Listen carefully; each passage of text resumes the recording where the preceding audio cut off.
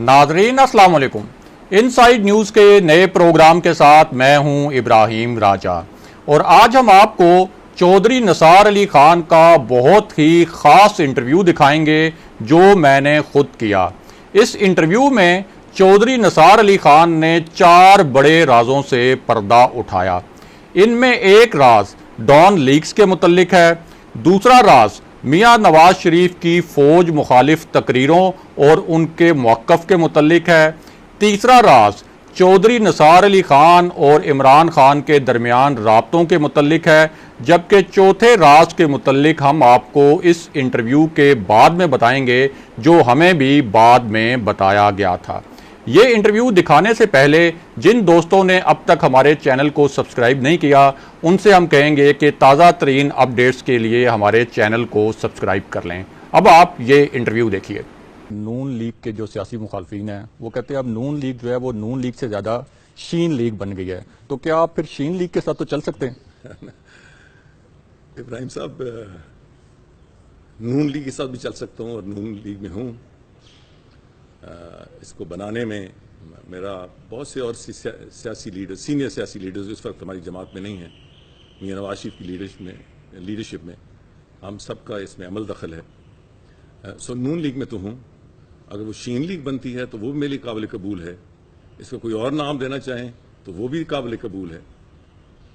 अगर ज़रूरी आप मुझे मजबूर करना चाहें तो मैं PML MA के बारे में मुतफ़ज़ात है। इसकी थोड़ी वजाहत करते हैं, ये क्या है? मुझे ख्याल था कि आप वजाहत मांगेंगे, अगर इसी पे रहने देते तो बेहतर था, एक तजस्सुस रहता। मैं शायद उस मुस्लिम लीग के साथ ना चल सकूं जो मुस्लिम लीग महमूद अशरकज़ई ग्रुप। अच्छा, उनके ऊपर आपके तहफ़्फ़ुज़ात हैं? हाँ बिल्कुल, मतलब कहाँ महमूद अशरकज़ई का नज़रिया, कहाँ मुस्लिम लीग का नज़रिया, कहाँ उनकी सोच, कहाँ हमारी सोच। अगर मुस्लिम लीग को महमूद अशरकज़ई की अफकार और सोचों के साथ मदगम किया जाएगा तो मुझे शदीद तफ़ज़ात हो। जर्नैल अपनी फ़ौज को उसके स्ट्रॉन्ग पॉइंट्स पे लड़ाता है, उसका तहफ़्फ़ुज़ भी करता है। उसकी हर फ़ौज की कमज़ोरियाँ भी होती हैं, स्ट्रॉन्ग पॉइंट्स भी होते हैं। जो कमज़ोरियाँ हैं उसको कवर करके उसके स्ट्रॉन्ग पॉइंट्स पे, उसके जो मजबूत पॉइंट्स हैं उस पर लड़ाता है। मुस्लिम लीग नून का वर्कर माशाल्लाह मजबूत है, उसका सपोर्टर मजबूत है, मगर ये एक middle of the road party है। ये कभी एजिटेशनल सियासत में यकीन नहीं रखती और मेरा ख्याल है कि हमें मजबूर भी नहीं करना चाहिए अपने लोगों को कि वो इस तरफ राग़िब हों। और इसलिए मैं समझता हूं कि हमें अपने अवाम को और अपने सपोर्टर्स को इस इम्तिहान में नहीं डालना चाहिए। पाक फौज के तर्जुमान ने एक प्रेस कॉन्फ्रेंस में वजाहत की थी कि डॉन लीक्स में मरियम नवाज का नाम शामिल नहीं है। जिन 2 लोगों पे इल्ज़ामात थे उनमें एक परवेज़ रशीद और तारिक फातमीन के खिलाफ तो कार्रवाई हो चुकी। आपने हाल ही में डॉन लीक्स की रिपोर्ट के हवाले से भी कुछ बयान दिए हैं, तो क्या इस मामले में कुछ और भी लोग शामिल हैं और क्या आप समझते हैं कि डॉन लीक्स की रिपोर्ट के कुछ ऐसे अहम मंदरजात थे जो अभी मंजर-ए-आम पर नहीं आए? देखिए, ये सारा सिलसिला मेरी वजह से शुरू नहीं हुआ। ये डॉन लीक्स की रिपोर्ट अफशा होने के 1.25 साल बाद, अभी चंद महीने पहले, 2 महीने पहले, एक शख्स मीडिया के सामने गया और उसने इस हवाले से मुझ पे इल्ज़ामात लगाए। तो मैंने उसके जवाब में कहा था कि सब कुछ वाज़ा करने के लिए डॉन हुकूमत हमारी है, डॉन लीक्स की रिपोर्ट शाये कर दी जाए तो सब पता चल जाएगा कि कौन जिम्मेदार है और कौन नहीं, कौन वाकई मुजरिम था, किसके करतूत क्या थे और कौन बिलावजह मारा गया।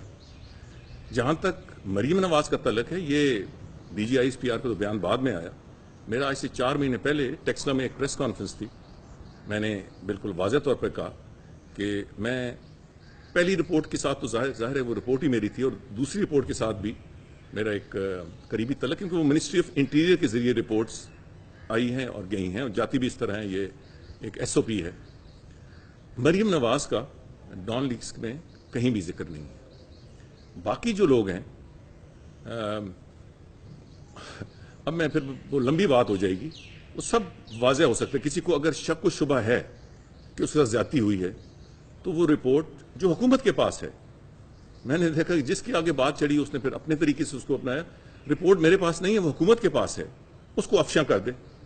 میں صرف وضاحت کر سکتا ہوں اپنے پوائنٹ آف ویو سے، اور یہ میں نے کہا تھا، اور میں نے یہ میاں نواز شریف کو ایک خط کے ذریعے بھی لکھا تھا کہ بجائے اس کو پبلک کرنے کے اب سینٹرل ایگزیکٹو کی میٹنگ بلائیں اور میں بریف کروں سینٹرل ایگزیکٹو کو بھی اور اس شخص کو بھی جس نے میرا نام لیا. ایک شخص جو ان کی گاڑی میں بیٹھتا ہے، وہ گاڑی سے نکلتا ہے، میڈیا کے پاس جا کر اوٹ پٹانگ کے بیانات دیتا ہے اور واپس جا کر پھر ان کی گاڑی میں بیٹھ جاتا ہے. اب اس بات کا جواب تو میاں نواز شریف دے سکتے ہیں کہ اس شخص کے بیانات میں ان کی منظوری بھی شامل ہے یا نہیں. جب وہ واضح ہو جائے گا تو میرے خیال میں بہتر انداز میں آپ کے سوال کا جواب دے سکوں گا. جو میجر ایشو ہے وہ نیریٹو کا ہے. کہا جی جاتا ہے کہ یہ پارٹی کا نیریٹو ہے. میرا موقف یہ ہے کہ پہلے مشاورت کی جائے پارٹی کے اندر، سینٹرل ایگزیکٹو کمیٹی کا اجلاس بلایا جائے اور گھنٹوں کے حساب سے بیٹھ کر، یہ میں نے آخری جو میٹنگ ہوئی تھی سینٹرل ایگزیکٹو کی اس میں بھی یہ پوائنٹ رکھا تھا، پہلے ایک یونینمٹی یا کم از کم کنسنسس ایوالو کیا جائے کہ پارٹی کا نیریٹو ہے کیا، اس میں کلیئرٹی لائی جائے، ٹرانسپیرنسی لائی جائے اور اس کو آگے لے کے بڑھا جائے. یہ میرا موقف ہے. اس کے باوجود میاں صاحب، مریم نواز تقریروں میں، جلسوں میں ایک اپنا موقف بیان کیے ہوئے ہیں. سر یہ بتائیے گا کہ سابق پرائم منسٹر نواز شریف کی نااہلی کے بعد اور خصوصاً حالیہ دنوں میں عمران خان صاحب نے کوئی آپ سے کانٹیکٹ کیا ہے اور کوئی تحریک انصاف میں شمولیت کے لیے کوئی باضابطہ دعوت دی ہے؟ شکریہ ابراہیم صاحب. پچھلے چند دنوں سے بلکہ چند ہفتوں سے میں بہت ساری سنی سنائی باتوں کو دیکھ بھی رہا ہوں اور میڈیا پہ جس طرح وہ پروجیکٹ ہو رہی ہیں. حقیقت یہ ہے کہ میں اس ایشو پہ پہلی دفعہ باضابطہ آپ سے بات کر رہا ہوں اور آن دا ریکارڈ یہ بالکل صحیح اور مصدقہ بات ہے کہ نہ تو پی ٹی آئی کی طرف سے مجھ سے کوئی رابطہ ہوا ہے اور نہ میں نے ان سے کوئی رابطہ کیا ہے. میں نے یہ بھی پڑھا کہ کہا گیا ہے کہ مجھے کوئی عہدے کی آفر ہوئی، یہ بھی کہا گیا ہے کہ ان کے سینئر لیڈران مجھ سے ملے یا عمران خان مجھ سے ملنے والے ہیں. یہ سب کائٹ فلائنگ ہے، ان کا حقیقت سے دور دور سے تعلق نہیں ہے اور حقیقت وہی ہے جو میں نے بیان کر دی ہے کہ ہمارا آپس میں کوئی رابطہ نہیں. ناظرین، آپ نے یہ انٹرویو دیکھا اور اب آپ کو اس چوتھے راز کے متعلق بتاتے ہیں جو چودھری نثار علی خان نے ہمیں بھی اس انٹرویو کے بعد بتایا تھا. اس راز سے پہلے آپ کو بتائیں کہ یہ انٹرویو میں نے دنیا نیوز اسلام آباد کے بیورو چیف کے طور پر کیا تھا اور اس وقت جو خبریں چل رہی ہیں کہ میاں نواز شریف کی جو فوج مخالف تقریریں ہیں ان کے بعد چودھری نثار علی خان دوبارہ متحرک ہونے والے ہیں، تو اس انٹرویو سے آپ اندازہ لگا سکتے ہیں کہ اگر چودھری نثار علی خان دوبارہ متحرک ہوتے ہیں تو ان کے پاس میاں نواز شریف کے متعلق کتنے اہم راز ہوں گے اور ان کا جو میاں نواز شریف کا اس وقت بیانیہ ہے اس کے اوپر کیا موقف ہوگا.